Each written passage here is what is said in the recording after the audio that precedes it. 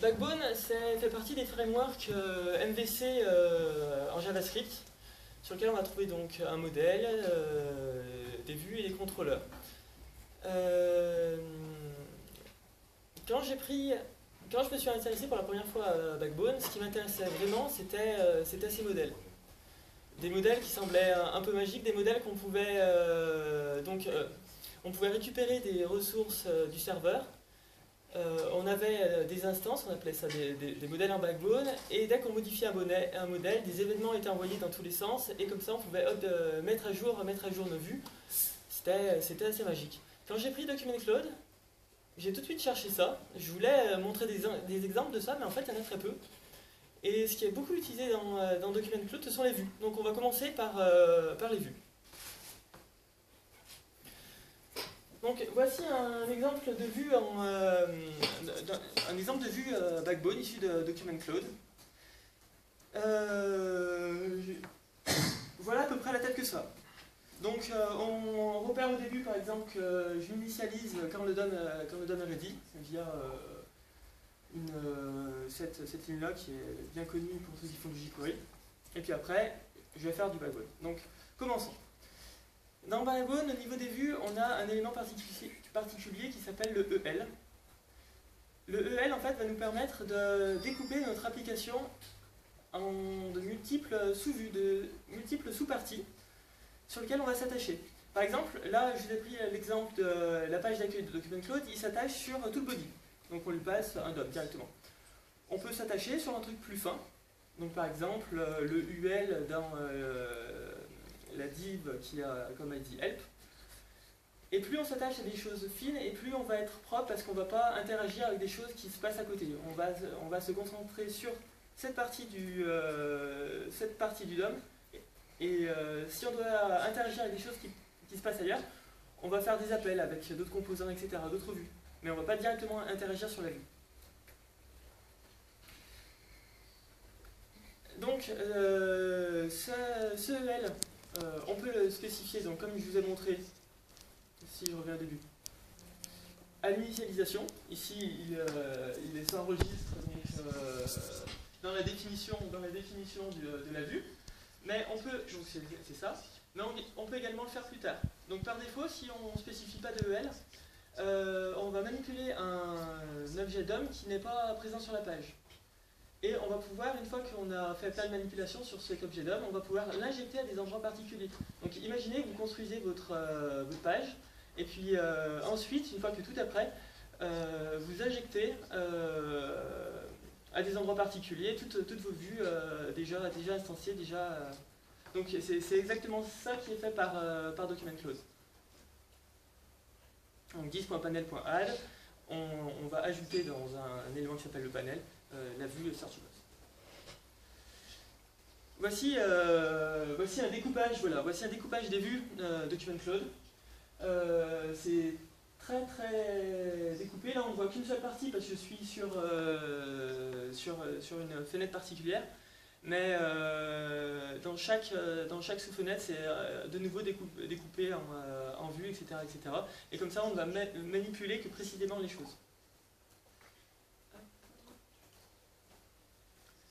Voilà, et donc, du coup, pour ne manipuler que les éléments que nous devons, sur lesquels nous nous sommes attachés, on va utiliser une fonction particulière. On est habitué avec jQuery d'utiliser le $. Là, on va utiliser le 10.$.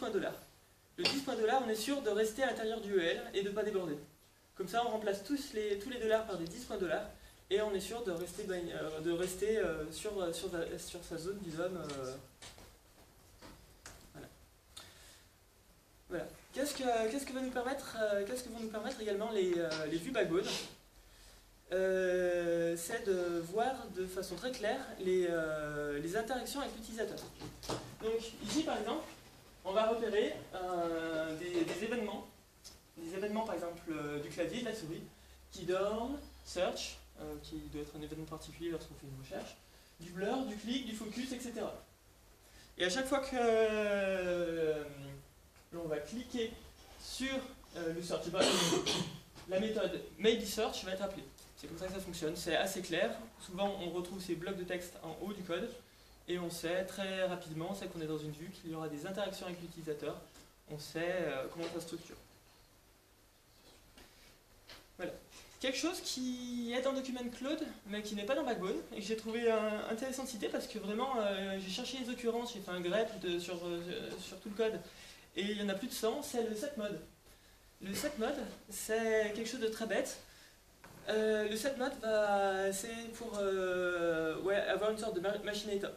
Donc, par exemple, si dans une vue, on fait un setMode isOpen, on va ajouter la classe is_open OEL, et on va garder le mode au niveau de la vue.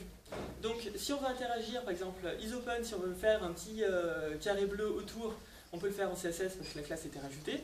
Si on veut interagir avec la vue directement programmatiquement, ben, on peut le faire parce que la vue c'est un objet, on peut communiquer avec elle et ça va fonctionner. C'est une sorte d'unifier les états au niveau du CSS et les états au niveau du JavaScript. Au niveau de Backbone, il y a plusieurs façons du coup d'avoir des états. On peut avoir des états au niveau de l'URL. Donc ça c'est le routeur qui va s'en charger. Donc dès que l'URL va changer, on peut du coup récupérer des paramètres dedans et en fonction de ces paramètres, on va les avoir en JavaScript, interagir. On peut avoir des états également via les modèles et les collections. Et ces états, on va les persister côté serveur. Donc par exemple, ça c'est tous les appels REST, hein, ce sont les données qui vont être persistées en base de données, etc., etc. Et puis on peut avoir des états comme ça, des états au niveau des vues, qui vont nous permettre surtout pour les interactions utilisateurs. Tout ce qui est sélectionné, c'est quelque chose qu'on ne peut pas persister, qu'on ne peut pas mettre au niveau de l'URL, on peut le gérer comme ça. Voilà. Donc je vous ai parlé de la première partie, les vues. Est-ce que déjà, est-ce qu'il y a des questions? C'est plus simple si on les traite au fur et à mesure, comme ça, plutôt qu'à la fin. Est-ce que ça fait naître en vous des interrogations? Non, pas de questions particulières, même sur la présentation de Backbone au début, dites si je vais trop vite. Il faut que ce soit informel, il faut que... si c'est un échange, c'est aussi bien pour moi. Bon. Je passe à la suite. Les objets. Donc, voici notre vue que nous parlions tout à l'heure. Donc, une vue, en fait, c'est un objet. C'est un objet, on le repère par son backbone.view.extend. Puis à la fin, bon, ça sort de l'écran. On va faire un new sur cet objet-là. Les objets, comme je vous ai dit tout à l'heure, c'est pratique parce que, par exemple, on va pouvoir utiliser le cycle syntaxique de Backbone. Le maybe search, ça va appeler une... alors, le search, par exemple, on l'a ici. Lorsqu'on va cliquer sur la search box, le search, ça va appeler cette fonction-là. Ça va appeler le dis.search. Ça, c'est des choses qu'on fait grâce aux objets et on va pouvoir se reposer comme ça, faire nos propres conventions. Là, on utilise l'attribut event, on peut utiliser ce qu'on veut comme attribut et toujours se reposer sur dis. Quelque chose et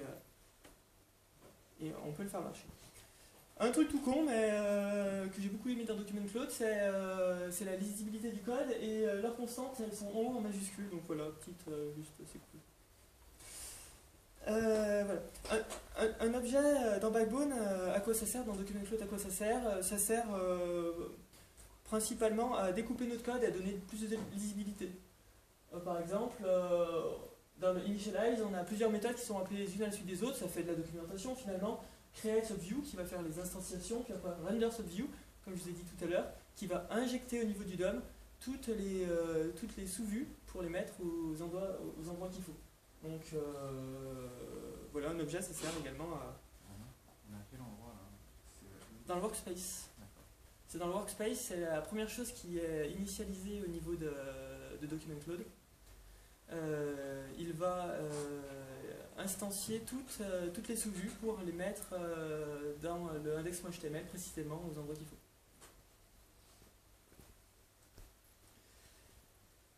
Un objet également pour partager un état. Donc on va partager le 10. C'est pour ça qu'il faut faire attention à binder le 10 toujours sur l'objet, sinon sur l'instance de l'objet, sinon on va... D'où le underscore.bindAll. Alors, si, pour ceux qui ne sont pas à l'aise avec le underscore bindall, en JavaScript, on a des difficultés à garder le 10. Le 10 est en fait... le 10 dépend de la fonction. Chaque fois qu'on appelle une fonction, le 10 change. Donc ce qu'on peut faire, c'est par exemple, quand on est au niveau de l'objet, faire un var self égale 10, et puis après, dans toutes les fonctions, utiliser une référence à self. Comme ça, on a créé un nouvel objet qui s'appelle self, on aura pu l'appeler that, tout ce que vous voulez, on aura toujours une autre instance sur notre objet. Ou sinon, on peut utiliser underscore.bindall qui va garantir que le 10 va toujours faire référence à notre objet. Donc si on le met dans le constructeur, on dit que la fonction load FileSetResult, le 10 de cette fonction va toujours représenter notre instance de l'objet. Et donc pour partager un état, du coup, par exemple ici, on va charger une facette, vous reconnaissez le $.get qui va faire donc une requête Ajax. Une fois que la requête Ajax sera effectuée, cette fonction sera appelée, et vu qu'on l'a validée, on va retomber sur notre objet, on va pouvoir changer ses attributs, etc. etc. Voilà, on garde, voilà, on partage un état. Maintenant, plus orienté objet, dans mon document cloud, donc là c'est très backbone, maintenant je passe à document cloud, on a un bel exemple de factory.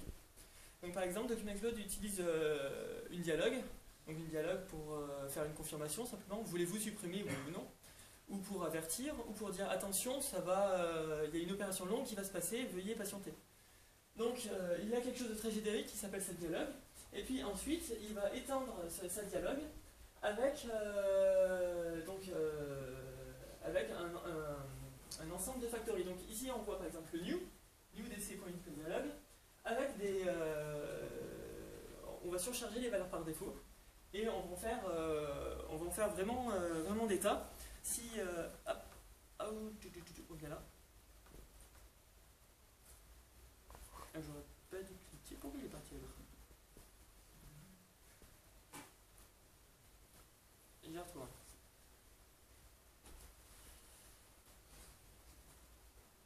En fait, je vais aller directement sur le code github.com/lionjs.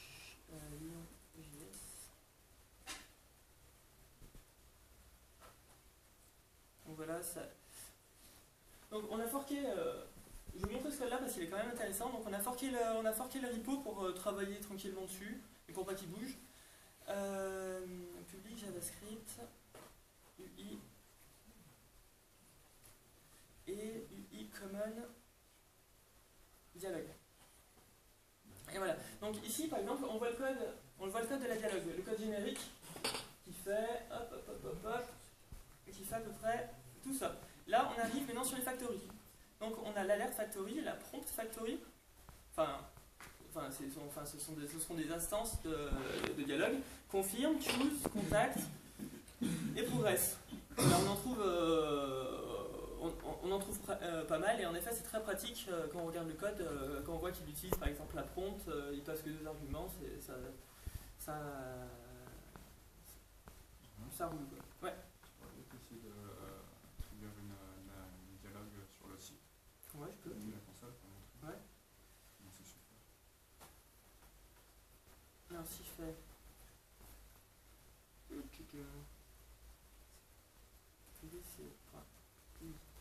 Dialogue.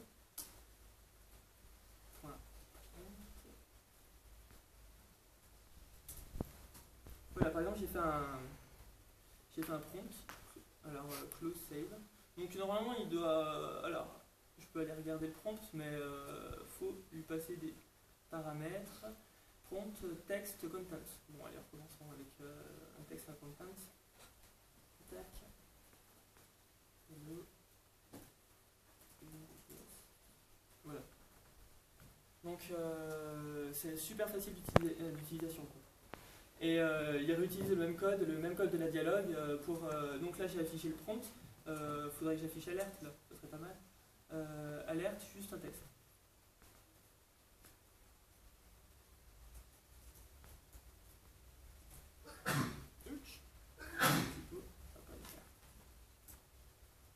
Voilà.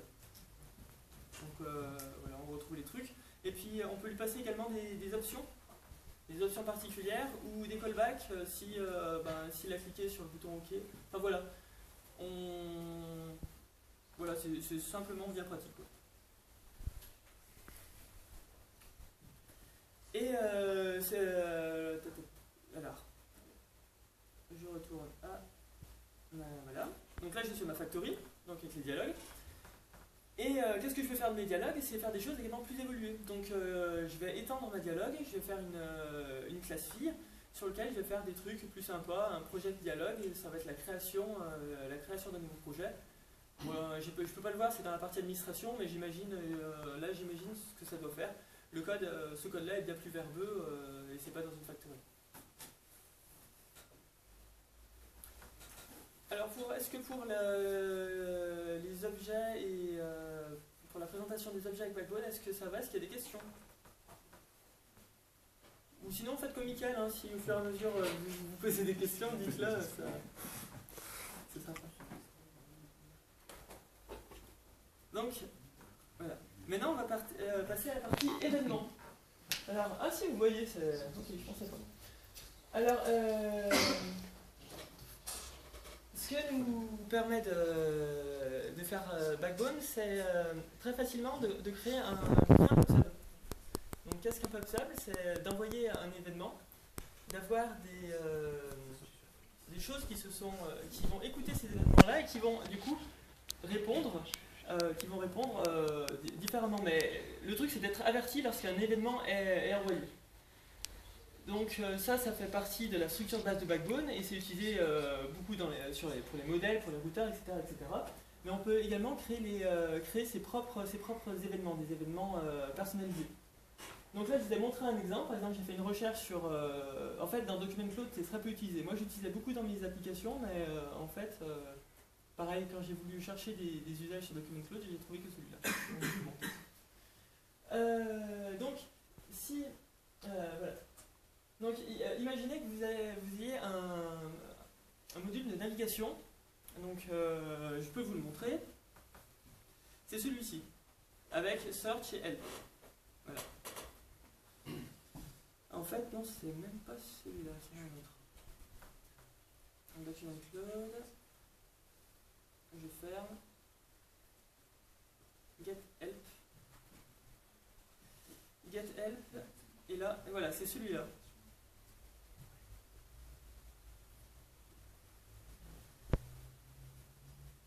Document Search.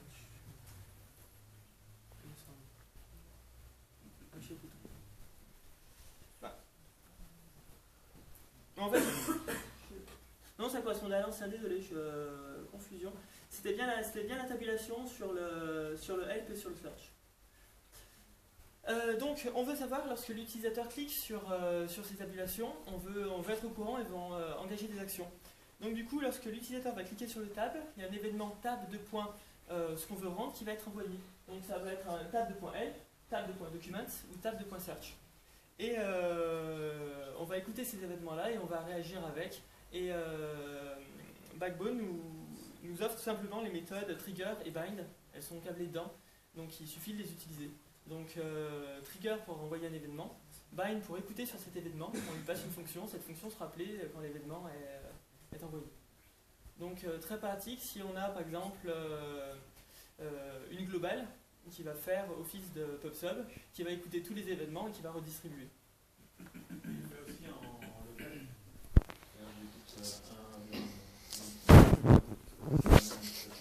Ouais. Il fait ça ou c'est que les PubSub en global alors, c'est toi qui. Alors, par défaut, c'est du local, c'est sur une instance.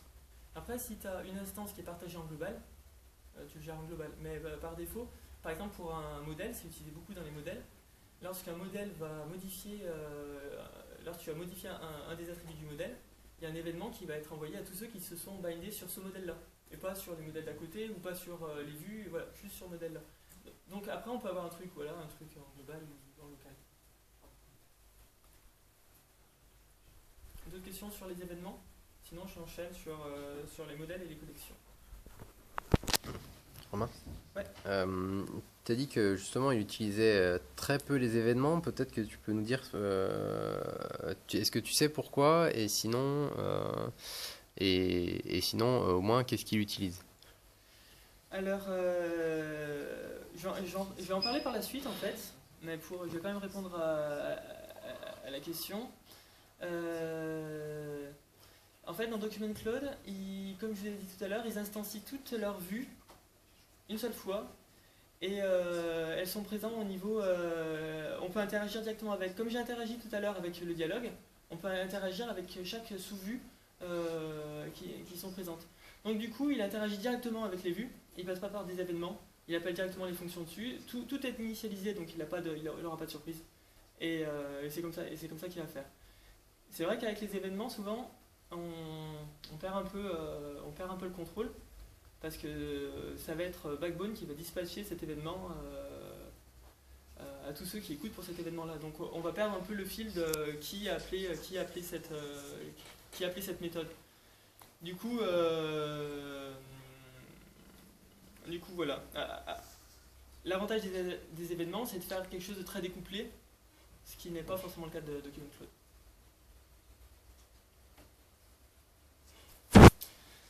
Alors, les modèles et les collections Backbone. Alors, dans les modèles et les collections Backbone, on va essayer de mettre pas mal de métiers. Alors, ça peut être du métier léger, comme transformer une date en string avec un format particulier, ou comme pour cette collection, de lancer le téléchargement de tous les documents. Le fait de lancer le téléchargement de tous les documents, ça va appeler une... Il n'a pas appelé ça une vue, il a appelé ça une application particulière qui va ouvrir dans une iframe une URL pour lancer le téléchargement. Donc là, on est au niveau des collections, donc voilà, on est allé très très loin au niveau applicatif, au niveau métier de ce que Document Cloud met dans son code. Alors là aussi, on retrouve des objets, model.extends, collection.extends, une collection. Dans une collection, on doit définir son modèle, c'est comme ça que c'est passé.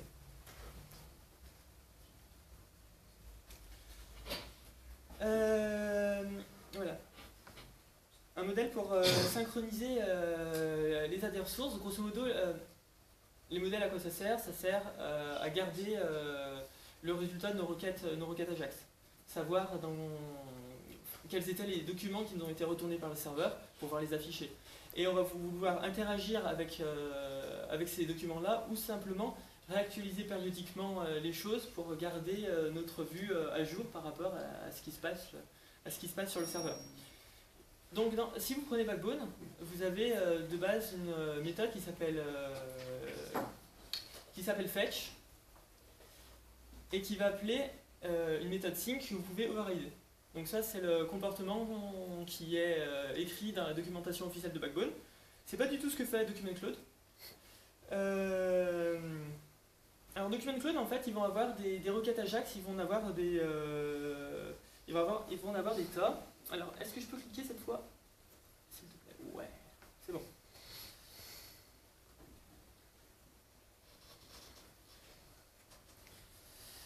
Alors là, par exemple, là j'ai du JSON, là j'ai de l'Ajax. Je vais descendre un peu plus bas. Là j'ai de l'Ajax, j'ai de l'Ajax, j'ai de l'Ajax. Non, alors j'en ai là, j'en ai là, j'en ai en dessous. Non, j'en ai plus en dessous. Donc 1, 2, il n'y en a pas. 3, plus 2 au-dessus. Enfin, donc ça en fait un total de 5, alors que normalement on doit passer par un seul chemin. Donc tout ça pour dire que dans la doc, on vous dit de passer par le fetch puis le sync, mais en fait, ce qu'il suffit de faire, c'est de lancer votre requête, vous allez récupérer votre objet qui correspond à vos données, et puis en fait, vous avez par la suite qu'à faire un 10.7, 10 correspondant à votre modèle ou votre collection. En faisant un 10.7, vous allez du coup injecter les données que vous avez reçues, et votre modèle va s'actualiser. Donc ne vous limitez pas à faire du fetch et du sync, vous pouvez faire comme Document Cloud, en mettre autant que vous en voulez. Eux, ça leur sert par exemple à faire des recherches de tout type. Ça peut être pratique. Et du coup, vu qu'on a mis à jour notre modèle, ben, si on s'est validé sur ce modèle comme on voit là, toutes ces méthodes-là vont être appelées. This.onDocumentChange, this.setSelected, etc. etc. Chaque changement du modèle, les vues vont être actualisées et, via les événements.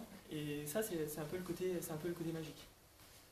Mais voilà, c'est comme je vous ai dit, c'est la seule utilisation des événements qui est vraiment utilisée dans Backbone. Détail important. Le this.model.addChange, dans un modèle, on a des petites fonctions bien pratiques qui vont pouvoir nous dire est-ce que cet attribut a changé ou pas. Est-ce que du coup, s'il n'a pas changé, on s'en fout, on peut faire un return pour passer à autre chose. Mais voilà, sur une collection, on a également plein de petites méthodes pour faire du filtrage, du sort, des choses comme ça qui sont natives, qui sont intégrées via underscore, qui vont nous permettre du coup de manipuler cette collection très simplement. Retourne-moi tous les documents qui contiennent cet auteur, etc. etc. Enfin, voilà, ça peut être pratique. Ouais. La notion de A changé, c'est depuis quand? La notion de A changé, c'est depuis quand? C'est depuis la dernière fois qu'il a été sauvé, depuis... Alors, c'est par rapport à la dernière fois qu'il a été sauvé. En fait, il garde, quand il va envoyer une mise à jour, il va garder un état du modèle tel qu'il était après la mise à jour. Et concrètement, du coup, si tu utilises de l'Ajax directement sans passer par les syncs et par la synchronisation et le bind, tu n'as pas cette info. Et du coup, tu peux pas l'utiliser. Donc là, il l'utilise forcément. Là, en fait, il s'en fout. Je crois que c'est ce que je dis. Parce qu'il save pas en fait. Une grosse partie de Document Cloud, c'est du read. Document Cloud, c'est une interface pour lire des documents qui ont été annotés. Bon, il y a cette interface pour annoter des documents et envoyer des documents que je peux pas voir parce que je suis pas admin, mais j'ai quand même les sources, j'ai fait du grab dedans, et des sets, j'en ai pas trouvé beaucoup. Donc la grosse partie, c'est surtout de la lecture, et en lecture, du coup, il s'est fait plaisir. Et voilà. Une chose aussi qu'on est tout le temps obligé de faire quand on fait du backbone, c'est quand on est dans un modèle, c'est d'avoir des sous-modèles. Ou quand on est dans un modèle, c'est d'avoir une collection. Alors c'est pas du tout, pour ceux qui font du SQL, c'est pas du tout, il n'y aura aucune jointure. Ce qui va se passer, grosso modo, c'est tout est là en fait. Ce qui va se passer, c'est qu'on va ajouter dans notre objet un attribut particulier. Par exemple, ici, ça va être le note. Le note, on va lui, on ajoute le note. Le note, c'est un modèle. Sur ce note-là, on va ajouter une URL pour qu'il puisse se synchroniser vis-à-vis du serveur. Et on va remplir les notes, donc on fait notes.reset, avec ce qu'il y avait dans les annotations de mon modèle. Donc grosso modo, il lit son modèle, dans son modèle il y a plein de données, dont une donnée qui s'appelle annotation. Il dit, cette donnée annotation, en fait, elle va rentrer dans un autre modèle, elle va rentrer dans un modèle qui s'appelle notes. Je prends annotation, je les mets dans notes, et puis en dessous, il pourra faire un delete d'annotation pour ce modèle-là. Et c'est comme ça qu'il va découper, ces modèles en sous-modèles ou avoir des modèles qui viennent des collections, etc. etc. C'est expliqué très bien tout en bas de la doc de Backbone. Et voilà, et ce que je disais, c'est surtout du read, Document Cloud. Donc, je ne vous parlerai pas du coup de tout ce qui est je sauve une donnée et elle va être envoyée sur le serveur, etc., etc. Mais c'est dommage parce que c'est pas mal.